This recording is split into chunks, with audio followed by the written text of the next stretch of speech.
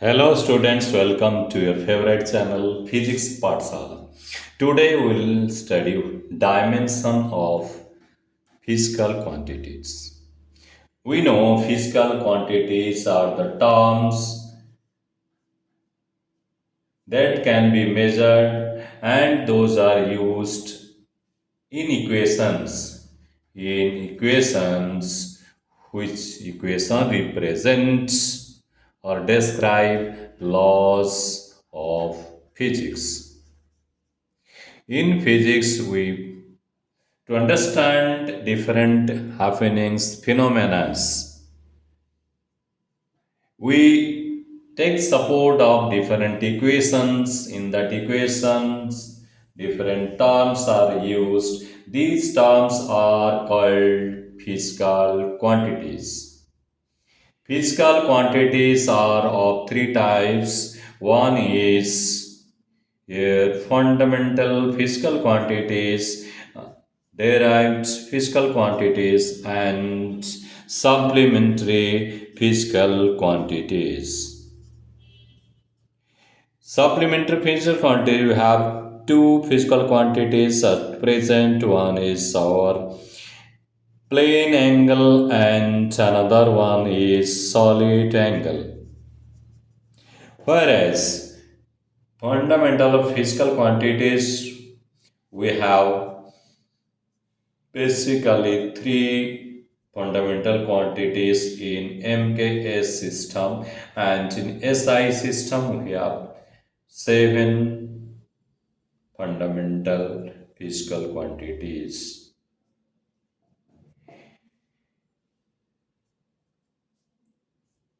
The three fundamental quantities of MKS is used in SI system, and these three are frequently used, whereas four are used as per requirements.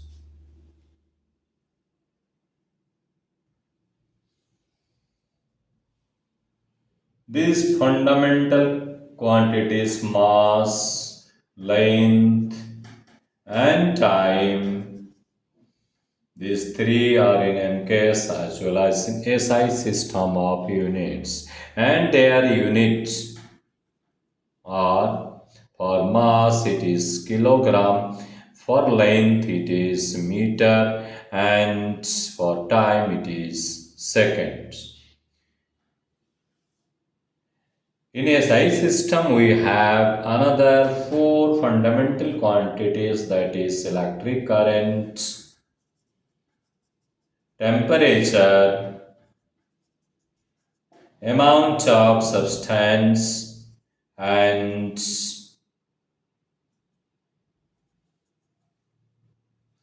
luminous intensity. And their units are, if for electric current it is ampere, for temperature it is Kelvin, amount of substance it is mole, and luminous intensity is candela. Now we have another way of representing these physical quantities, fundamental physical quantities, that is our dimension, which we want to study now. That means to express or understand physical quantities, we have units with us. That means to measure the quantity, how much it is, how much big, how much small, how much it is. We use units to express its measurement. When unit is multiplied with its numerical value, that gives the measured value of that physical quantity. Now we have a new expression, that is dimension, that also can be used in place of these units to measure or define these fundamental physical quantities.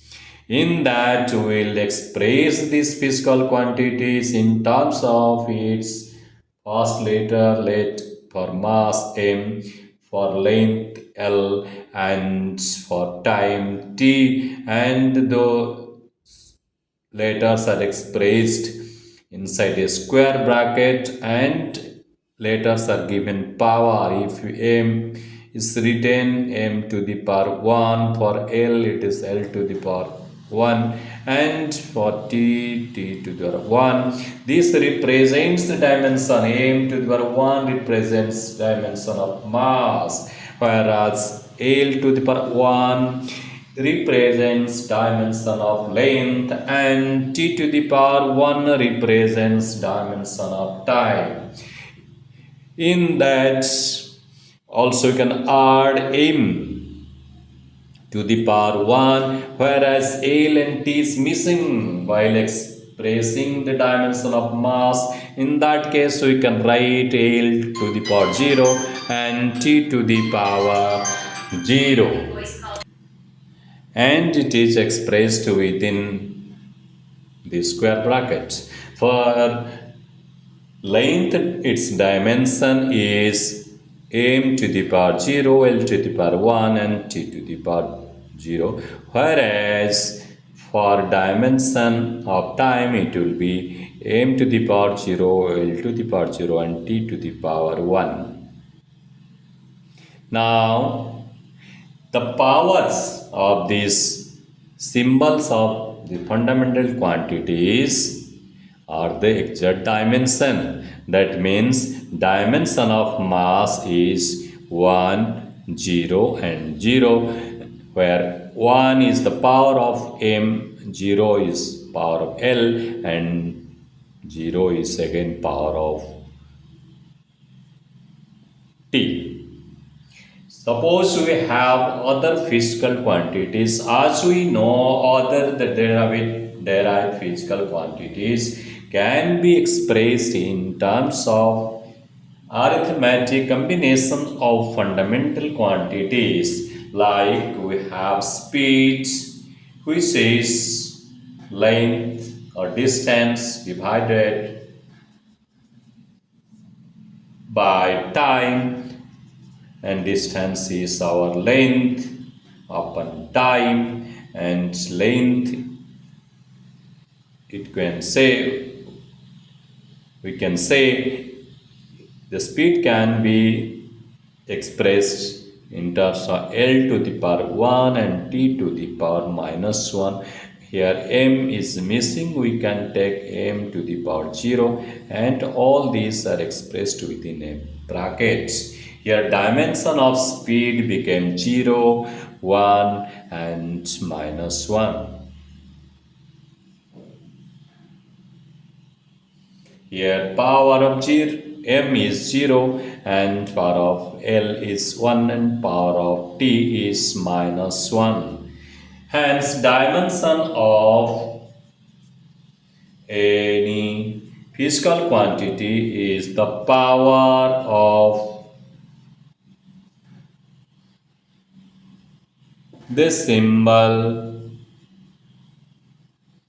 of fundamental physical quantities. That means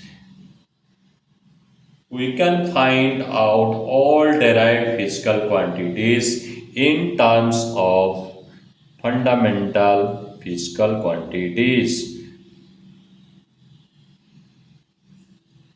with raising their powers. Now we have here derived physical quantities, speed, derived physical quantity,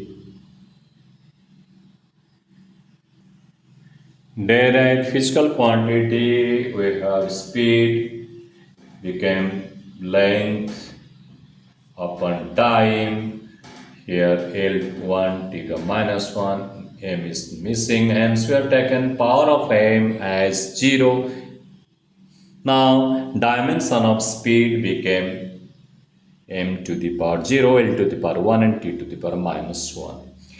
Here 0, 1, and minus 1 is the dimension of speed. That means we can say dimension of a physical quantities are the powers of fundamental quantities and expressed within a square bracket. Now we can say we can express any derived physical quantity in terms of its base or fundamental physical quantities. And fundamental quantities are M, L, and T. In that, all will be raised to their power. Suppose it's power A, power B, and C.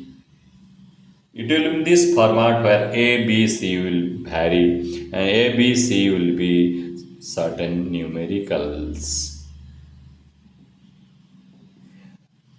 Another quantity, let's say force, we know force is multiplication of mass into acceleration. In that case, it is mass m, and acceleration is speed or velocity divided by time.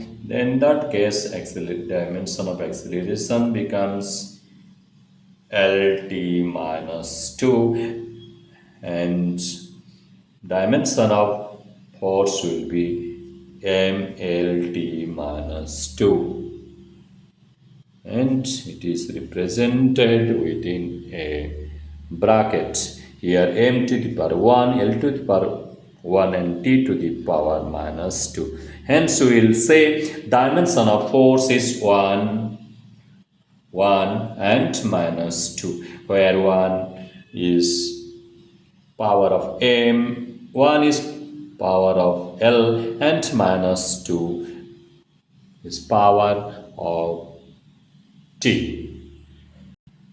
In similar manner, we can find out